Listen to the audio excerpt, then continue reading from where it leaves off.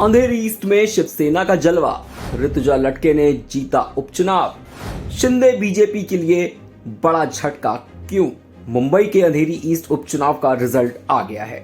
इस चुनावी नतीजों के सामने आने के बाद बीजेपी और एकनाथ शिंदे गुट को बड़ा झटका लगा। इस चुनाव में उद्धव ठाकरे की शिवसेना से उम्मीदवार ऋतुजा लटके ने जीत हासिल की है। सुनिए कि अपनी जीत के बाद ऋतुजा लटके ने क्या कुछ कहा है। ये जीत भी जैसे मैंने बताया, ये जीत मेरी पति की जीत है। उन्होंने जो काम किया है, विकास काम किया, अंधेरी का जो विकास, वो उनका ध्येय था, ध्यास था, उसकी जीत है ये। ताई, अब आगे जो है क्या कुछ कार्यक्रम आज के पूरे दिन का क्या रहेगा वो बता दीजिए। अभी मैं अपना जो इलेक्शन सेंटर है उधर जाने वाली हूँ और उधर सब प्रोसीजर कंप्लीट होने के बाद मुझे मातोश्री में आशीर्वाद लेने के लिए जाना है। ताई, नोटा के विषय में बताइए कि 10,000 से अधिक जो हैं वो नोटा मत किए गए हैं, तो उसको लेकर आप क्या कहेंगे? नोटा ये लोकशाही के लिए दिया हुआ एक ऑप्शन है, लेकिन लोगों ने सोचना चाहिए कि उन्होंने नोटा को क्यों वोटिंग किया है, वो उनकी जिम्मेदारी है। आप उनको पूछेंगे तो अच्छा होगा।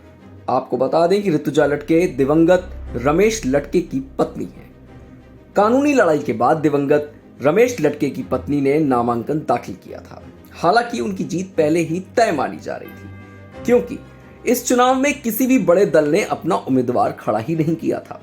यानी कि ऋतुजा लटके को जीतने में कोई समस्या पेश नहीं आने वाली थी। इसीलिए उनको 66,530 वोट मिले।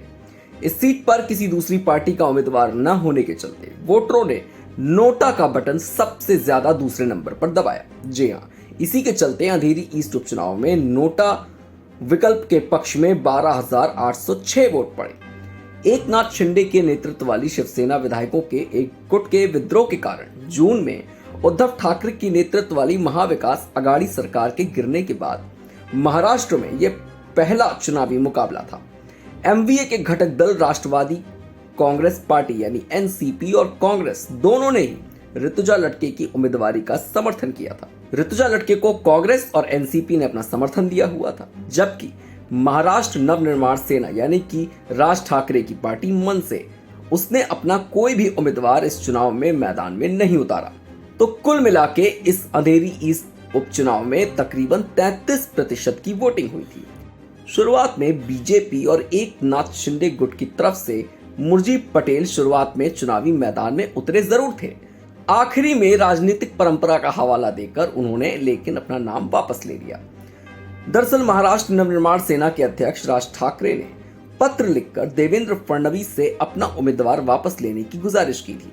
हालांकि कुछ निर्दलीय उम्मीदवार मैदान में जरूर थे, लेकिन उनके लिए जीत पाना बेहद मुश्किल था।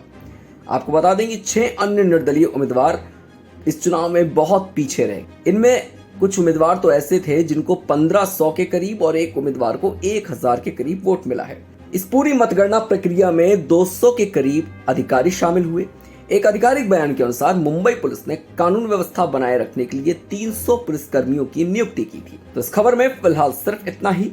ऐसी और भी खबरों के लिए जुड़े रहिए हमारे साथ और देखते रहिए वन इंडिया हिंदी।